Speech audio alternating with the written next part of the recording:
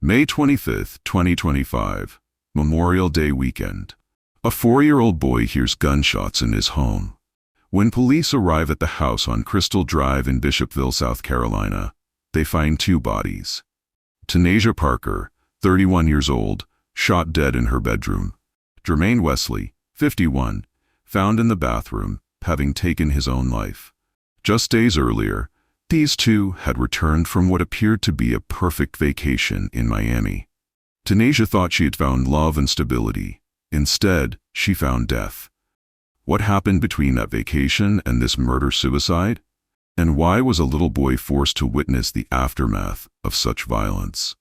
This is the story of Tanasia Parker. But before we begin, let me know in the comments where you're watching from. Are you tuning in from South Carolina like Tanasia, or somewhere completely different? I love hearing from viewers around the world. And before we continue, I want to extend my deepest condolences to Tanasia's family and friends. Tanasia was a beloved mother, daughter, and friend who deserved so much more than the violence that ended her life. My heart goes out especially to her young son William, who must now grow up without his mother. The trauma he experienced that day is something no child should ever witness.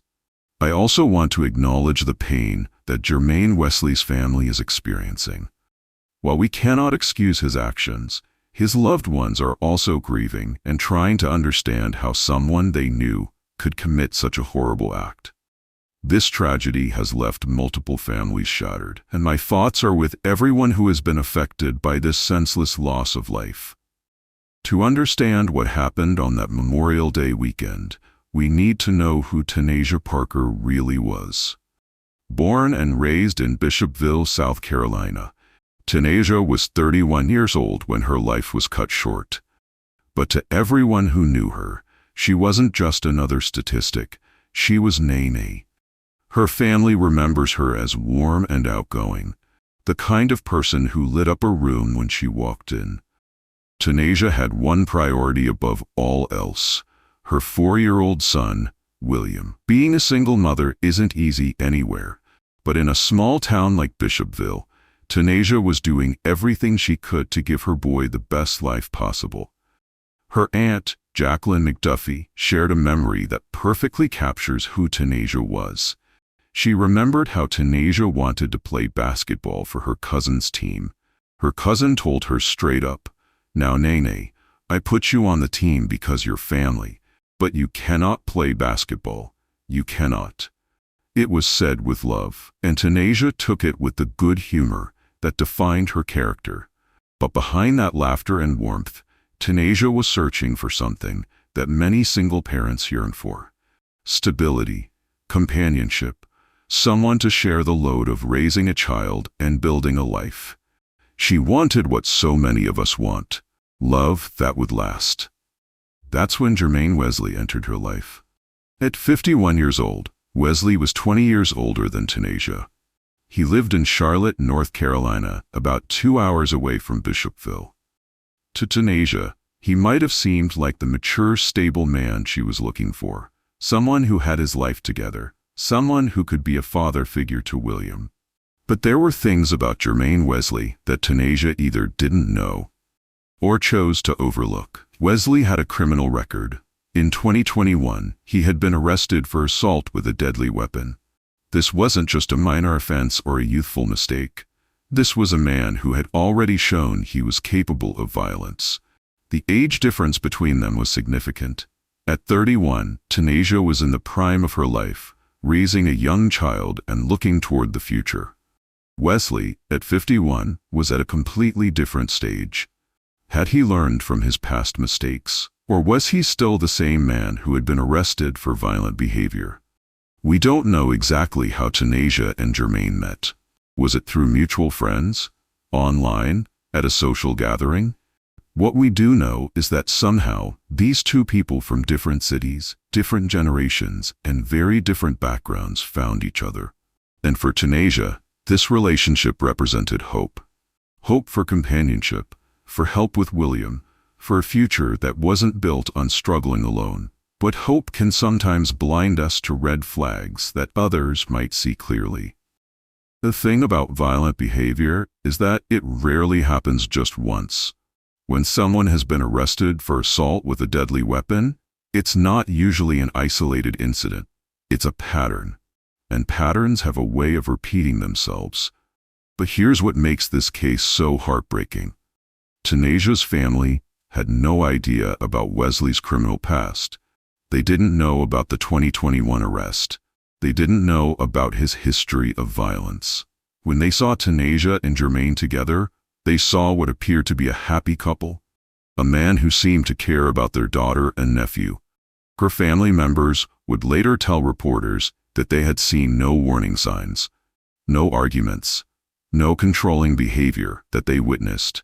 In the days leading up to the murder, they described seeing Tanasia and Jermaine together multiple times, and everything seemed normal.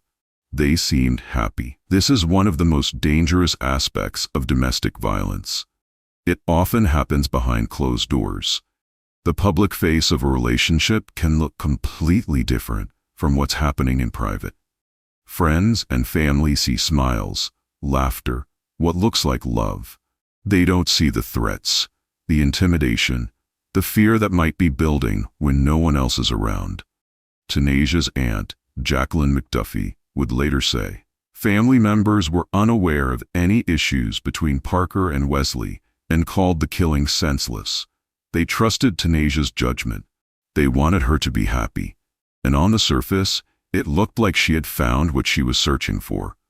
But as their relationship progressed, Wesley planned something that would change everything. As months passed, Tanasia and Jermaine's relationship seemed to be getting serious. They made the decision that couples in love often make. They moved in together. The house on Crystal Drive in Bishopville became their shared home. For Tanasia, this must have felt like a major step forward. Finally, the stability she had been searching for. But moving in together, when you have a child, means more than just combining households. It means creating a blended family. 4-year-old William was now living with a man who wasn't his father, in a home where he had to adjust to new rules, new routines, new dynamics. For any child, this can be confusing and overwhelming.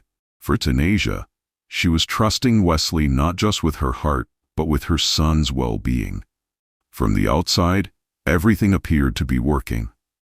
Neighbors on Crystal Drive saw what looked like a normal family. A couple sharing a home, raising a child together. In a small community like Bishopville, people notice things. They see who comes and goes, who argues, who seems happy. And by all accounts, there were no obvious signs of trouble. Tanasia's family continued to have positive impressions of the relationship. In the weeks leading up to the tragedy, they spent time with the couple and saw nothing alarming. No red flags that would have made them pull Tanasia aside and express concerns. No moments that made them think, something isn't right here. This is what made what happened next so shocking to everyone who knew them. When domestic violence erupts suddenly, it leaves family members asking themselves, how did we miss this? Were there signs we didn't see?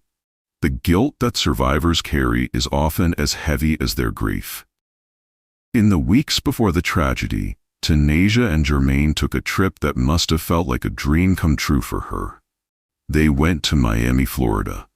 For a single mother from a small town in South Carolina, this wasn't just a vacation. This was proof that her life was changing for the better. Think about what this trip represented to Tanasia. Here she was, with a man who was willing to spend money to take her somewhere special. Miami, with its beaches, its restaurants, its nightlife. The kind of place where couples go to celebrate their relationship, to make memories, to feel like they're living the good life. We can imagine the photos they took together. The smiles for the camera.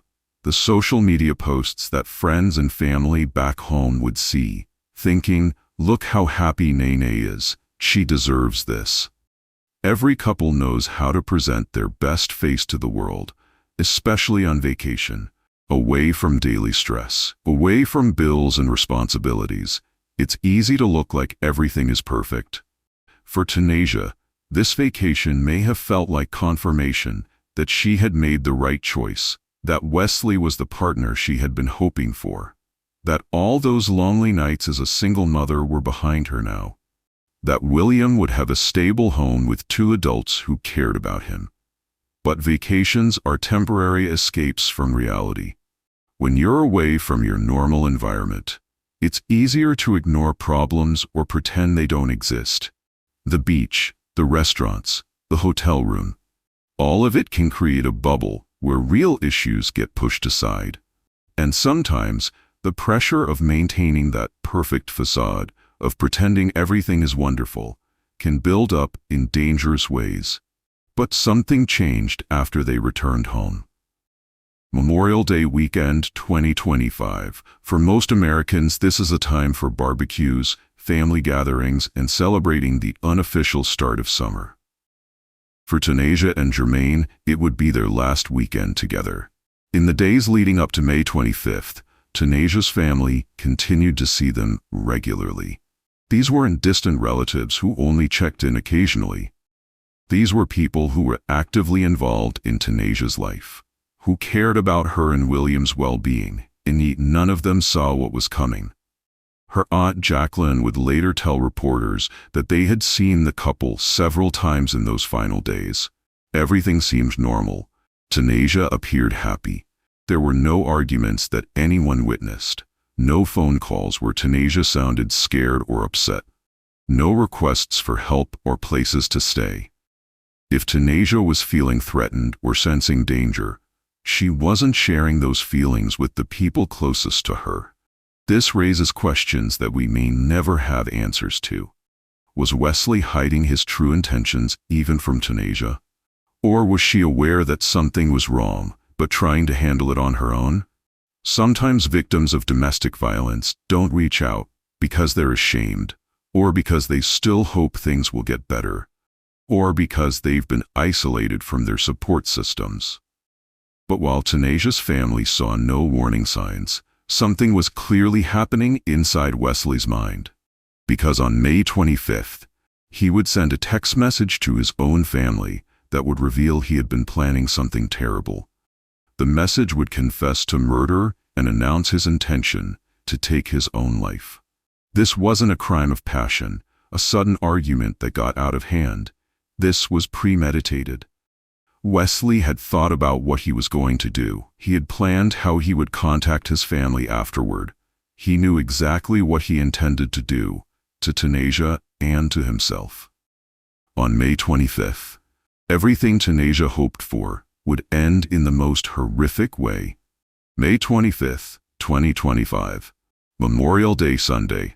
While families across the country were enjoying barbecues and time together, something unthinkable was happening inside the house on Crystal Drive. We may never know exactly how the day started for Tanasia, Jermaine, and little William. Was it a normal morning? Did they have breakfast together? Did William play while the adults talked? The police reports don't give us those details. What we do know is that at some point that day, Jermaine Wesley made the decision to end Tanasia's life. The shooting happened in the bedroom.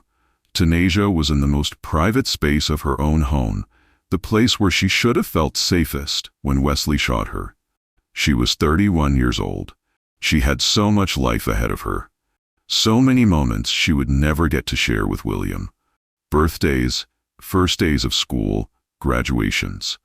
All of it stolen in an instant. After killing Tanasia, Wesley moved through the house to the bathroom. This wasn't a moment of panic where he immediately turned the gun on himself. He walked from one room to another. During those steps, those seconds, he could have changed his mind. He could have called for help.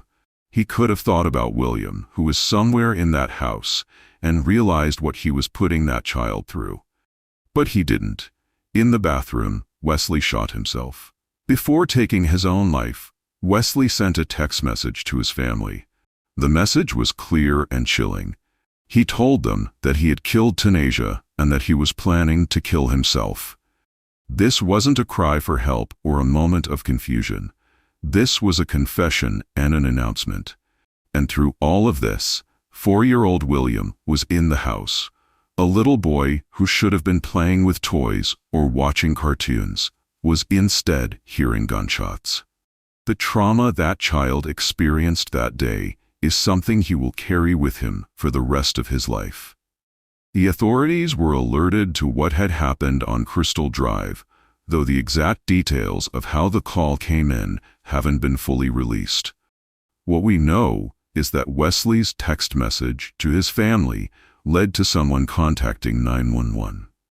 His confession became the roadmap for what police would find when they arrived. When Lee County Sheriff's deputies entered the house, they discovered a crime scene that confirmed Wesley's text message. Tanasia Parker's body was found in the bedroom where she had been shot. In a separate room, the bathroom, they found Jermaine Wesley's body. He had died from a self-inflicted gunshot wound. Lee County Sheriff Daniel Simon took charge of the investigation. Based on the evidence at the scene and Wesley's own confession via text message, it quickly became clear that this was a murder-suicide. There was no mystery about who had done what. Wesley had killed Tanasia and then killed himself. The South Carolina Law Enforcement Division, known as SLED, was called in to assist with the investigation. This is standard procedure for major crimes in South Carolina.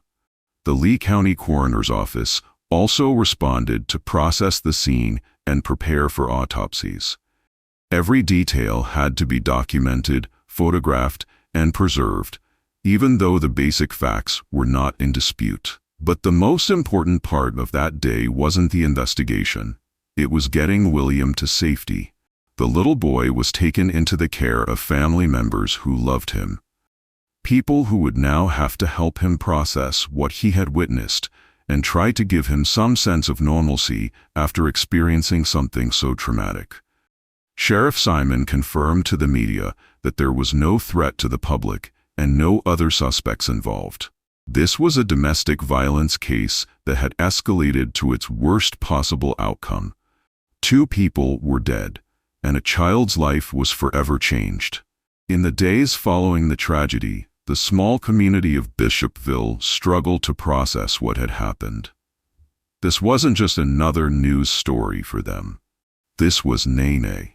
This was someone they knew, someone they cared about, someone who had been taken from them far too soon. For Tanasia's family, the grief was overwhelming.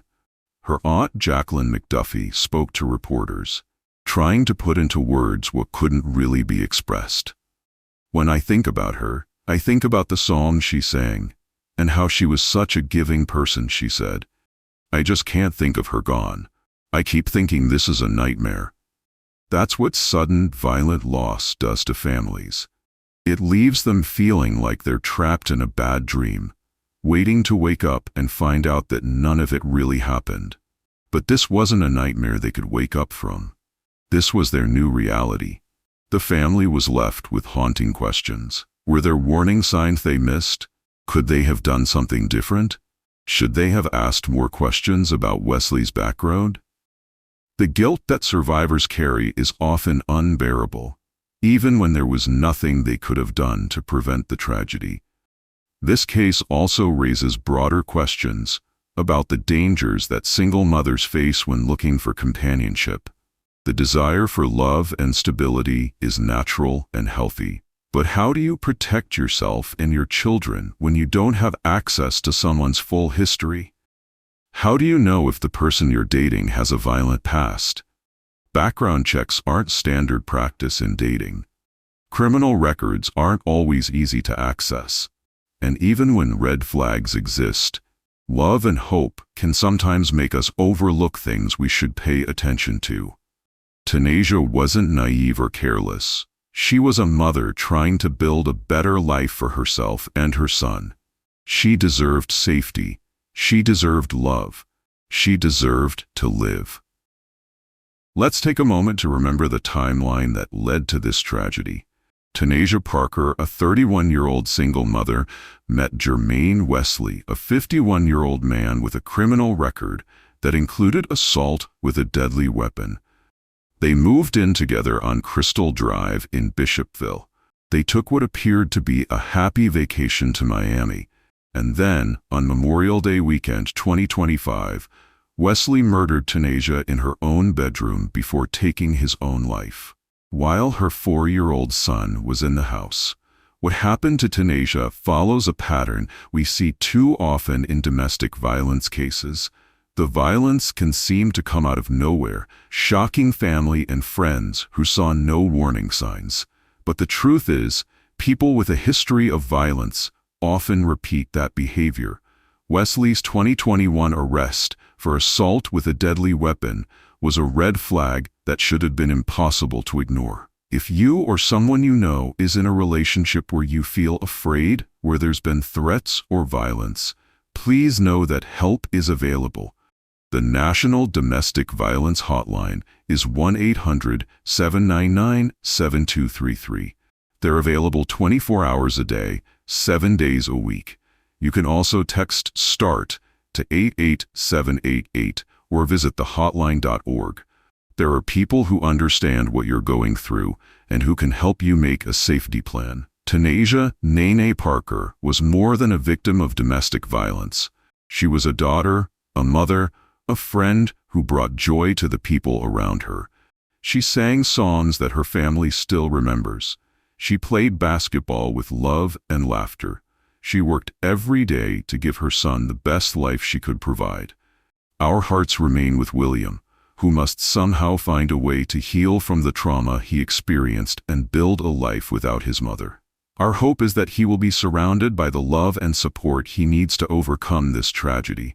If this story has affected you, or if you want to learn more about recognizing the warning signs of domestic violence, please subscribe to this channel. Together, we can honor the memory of victims like Tanasia by working to prevent these tragedies from happening to others.